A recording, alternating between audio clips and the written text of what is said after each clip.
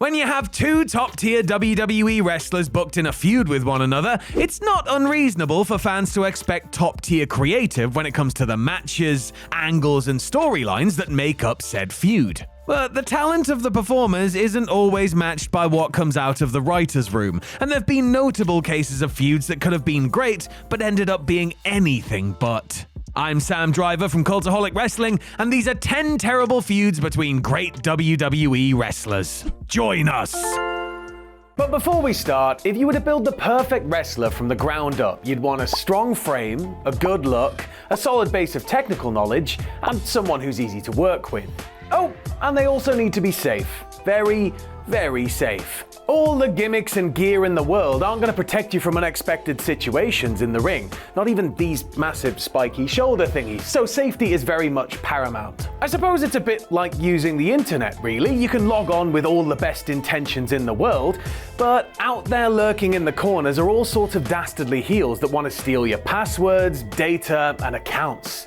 Do you really think you can square up to that on your own? Why not give yourself the tag partner you need to watch your back? Why not use NordVPN? NordVPN is lightning fast, highly secure, and easy to use, helping keep your passwords, banking data, and digital privacy safe, intact, and far away from those grubby hands trying to make a quick buck off your misfortunes. Not only that, but Nord also protects your location, allowing you to move your connection freely from country to country, which also handily gives you the ability to access streaming services, subscriptions, and content that might be exclusive to other regions. Content that might be broken up into several expensive subscription packages in your country might be available for one low price overseas. Did somebody say cheaper PLEs? Well, even Stephanie said to do it on her podcast. Why should you be the one left holding the bag? Cultaholic truly believes Nord to be the best VPN out there, and if you try it and don't agree, there's a 30-day money-back guarantee. To get the best price on your NordVPN plan, head to nordvpn.com/cultaholic. Not only will you get a hefty discount, but you also get 4 extra months on the 2-year plan. The link's in the description below. Thanks for all your time, and a massive thanks to Nord for sponsoring today's video. Number 10, The Undertaker vs. Diamond Dallas Page. WWE had a serious shortage of actual main event stars coming over from WCW for the invasion angle, which is what makes their treatment of poor Diamond Dallas Page even more baffling. Rather than coming in with his established WCW persona, WWE introduced DDP to their audience via a bizarre and completely one-sided feud with The Undertaker. For several weeks, fans were shown creepy home video footage of somebody stalking Taker's wife Sarah, before the masked man was revealed as none other than the former WCW World Champion, to a big pop, I might add. After this, Dallas was shown constructing shrines to Sarah and even broke into Mr. and Mrs. Undertaker's house to steal some of her underwear. While Page managed to get in a diamond cutter on Sarah, I'd be surprised if he happened to successfully execute more than a handful of offensive moves on the American Badass, who positively pummeled DDP for the duration of their dispute. The final indignity was Sarah pinning Page in a singles match on Raw after The Undertaker had chokeslammed him on the floor. But hey, that's not a bad thing. That's no, actually, wait, it was a bad thing, wasn't it? A very, very bad thing. Number 9, Shawn Michaels versus the British Bulldog. After seeing off Diesel, the second big boy to challenge new WWE champion Shawn Michaels was Davey Boy Smith. A classic power versus speed pairing, the Heartbreak Kid and the British Bulldog had produced great matches in the past, and no doubt would again this time around. WWE evidently felt as though the world title being at stake wasn't a strong enough hook, however, and set about concocting a more personal storyline. In it, Davey Boy's wife Diana claimed that Michaels was trying to steal her away from her husband by making unwanted advances backstage. A week later, a purported ex-wife of a former wrestler whose identity was concealed alleged that Shawn had slept with her while her husband was on the road, ruining her marriage and life. Now really, do those seem like the sorts of things that a morally upstanding individual like 90s Shawn Michaels would be doing? Diana even filed for a restraining order against the boy toy, but the head games didn't stop Michaels retaining his title due to a draw as a result of a double pin finish at the disastrous Beware of Dog pay-per-view. After that, the angle was quickly dropped, as Diana and Davey Boy weren't comfortable with it,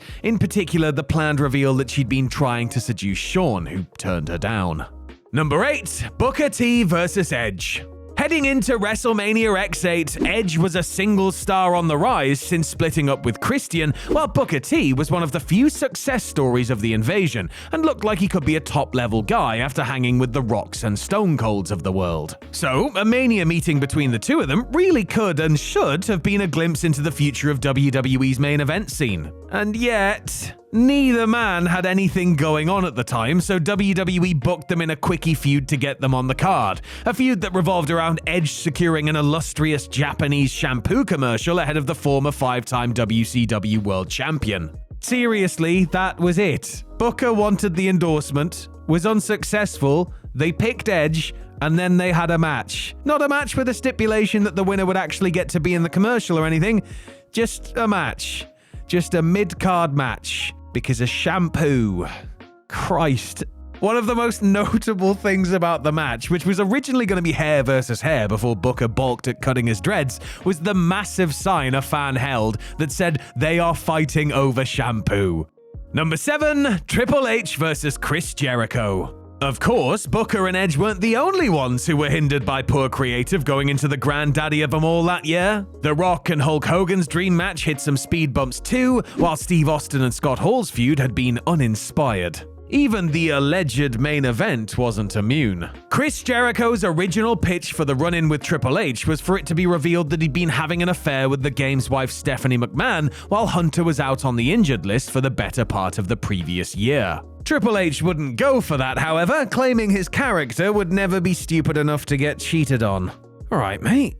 The solution? Just have the undisputed champion look like a total moron instead, as he played second fiddle to the McMahon-Helmsley domestic dispute by becoming Stephanie's lackey. With such highlights as stealing Triple H's first ring robe, which the cerebral assassin easily took back, and cleaning up after their dog Lucy's mess before accidentally running the mutt over, it was no surprise that Jericho had no heat as champ, and that their title match had no heat as a result. Number 6. Chris Benoit vs. Kurt Angle. Another classic from 2002 here, because if you couldn't tell already, the post-Attitude Era slump resulted in some real ropey creative. On paper, a feud between wrestling machines Benoit and Angle should sell itself, but WWE couldn't help but add a goofy issue for them to fight about. In 2001, it was the rabid Wolverine stealing the Olympic heroes' gold medals, which, in truth, led to some amusing scenes. But when they revised their rivalry in 2002, it revolved around another man sticking his backside in their faces. Yes, the ultra-intense, highly competitive and well-respected grapplers were set on a collision course after Chris Benoit laughed at Kurt Angle for getting a stink face from Rikishi during a 6-man tag match where they were partners. Always want to take the high road, Angle responded by pulling Benoit's arms back while Rikishi gave him a stink face the following week on SmackDown. Naturally, the match between Chris and Kurt at Unforgiven was a banger since they were simply incapable of anything else, but it's rather odd that their mat-based clinic came about due to Rikishi's big smelly ass. Number 5. CM Punk vs. Daniel Bryan. Similar to Benoit and Angle, the feud between two first-class wrestlers like CM Punk and Daniel Bryan really should have sold itself based on the pure ability of the performers. But this was WWE in 2012, not Ring of Honor in 2004, and WWE felt compelled to add a soap opera element to their storyline rivalry. It started well enough, with the two having a rip-roaring, very competitive match at Over the Limit after D-Bry had earned his title shot via the Beat the Clock challenge. Punk controversially retained in a finish that saw him tap out at the same time that Bryan's shoulders were counted for the 3. This gave the American Dragon cause for a rematch, and the feud continued, albeit with the added distraction of Kane, AJ Lee, and a bizarre love square where the focus was put on the seemingly unhinged AJ's erratic behavior. Lee was right in the middle of things at Money in the Bank, where the straight-edge superstar defended his title in a no disqualification match. It was another customarily thrilling contest, but the sports entertainment aspect was more of an unwanted distraction than an enhancement. Number 4. Molly Holly vs. Trish Stratus. In 2002, WWE's women's division was finally starting to pick up a little steam, thanks to the behind-the-scenes efforts of Fit Finlay, who was tasked with training the women and agenting their matches, and the in-ring efforts of the likes of Trish Stratus and Molly Holly. Molly was portrayed as a virtuous heel who felt as though WWE's flesh-bearing females were bad role models. The audacity for having this opinion led to a storyline where Holly was ridiculed for having a fat ass. Even though, she didn't. Trish would make fun of Molly's supposedly abnormally large rear, while Jerry Lawler would crack every joke in his deathly unfunny book on commentary. Really, this was little more than an excuse to have Stratus strip her to smalls while Molly was mocked for wearing granny panties when pantsed. Both future Hall of Famers deserved much better material to work with, but them's was the times, I suppose. Holly later revealed that she couldn't help but take the constant shots at her appearance personally and struggled with the storyline. Also, I've got to say that those cracks were rich coming from Lawler, since he looks like someone tried to bake Ray Liotta in a kiln. Number 3. Edge vs. Kane. After floundering for what seemed like an eternity, WWE reheated Kane in 2010 by making him the World Heavyweight Champion and by having him decisively win a feud against kayfabe brother The Undertaker. The Big Red Machine's next challenger was Edge, and the rated R superstar felt he needed to gain a psychological advantage over the demented champ. And so, Edge became even more demented and kidnapped Kane's father, Paul Bearer. Not just kidnap, mind, oh no, that would be too easy. To really get inside the mind of the devil's favorite demon, Edge mercilessly tortured Bearer, who was bound to a wheelchair and had his mouth taped shut with duct tape as Edge taunted him and then hit him with various objects. What a babyface! He then got bored with simply abusing poor Paul and devised various ruses using Bearer dummies to trick Kane into thinking his father's life was in serious danger. Until Kane, believing the latest scenario was another prank, accidentally pushed the real Bearer off a balcony several stories high, all while Edge was like, "Oops, I did tell ya, lol." WWE, perhaps realizing the absurdity of it all, had Edge present a comical montage of the whole saga complete with Benny Hill music before changing course. Number 2. Kurt Angle vs. Booker T. With Kurt Angle, WWE knew they had someone who was so legit and had so much credibility with the audience that they could push the envelope when it came to angles and scenarios the Olympic gold medalist was put in. And boy, did they push it for Angle's 2005 feud with Booker T. It all kicked off when Kurt used a steel chair to eliminate Booker from a 4-way WWE title #1 contender match, with Booker responding in kind. So far, so normal. Things took a sharp left turn the following week, however, when Angle cut a promo explaining that he wanted to do unspeakable things to Booker's wife Sharmell. Depicted as a raging, violent pervert, Kurt attacked Sharmell backstage, holding her down on a couch while covering her mouth and later attempting to handcuff her to the ring ropes, presumably to enable him to carry out some sort of assault. During a handicap tag match on SmackDown, Angle continued to lay it on thick by grabbing and pinning Booker's misses in suggestive ways. Naturally, Booker was enraged by all of this and beat Angle twice to win the feud, but there were really no winners here, with Kurt later expressing his deep regret for having been involved in it at all. And number 1, Triple H vs. Kane.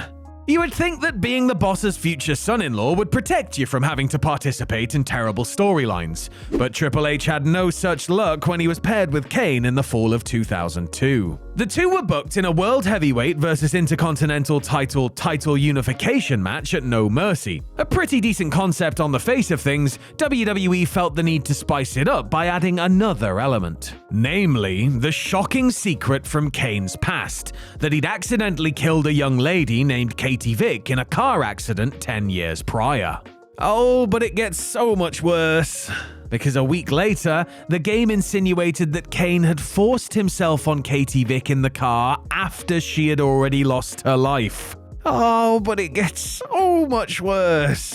Because the next week and the day after Triple H had won the No Mercy match, they played the infamous tape of Kane defiling the corpse of Katie Vick in a funeral home. Thankfully, it couldn't get much worse than that, but there was more god-awful so-called comedy, such as the Hurricanes tape of Triple H getting things removed from a certain orifice by a doctor. Kane won the blow-off casket match, by the way. It was non-title, of course, but at least it was over.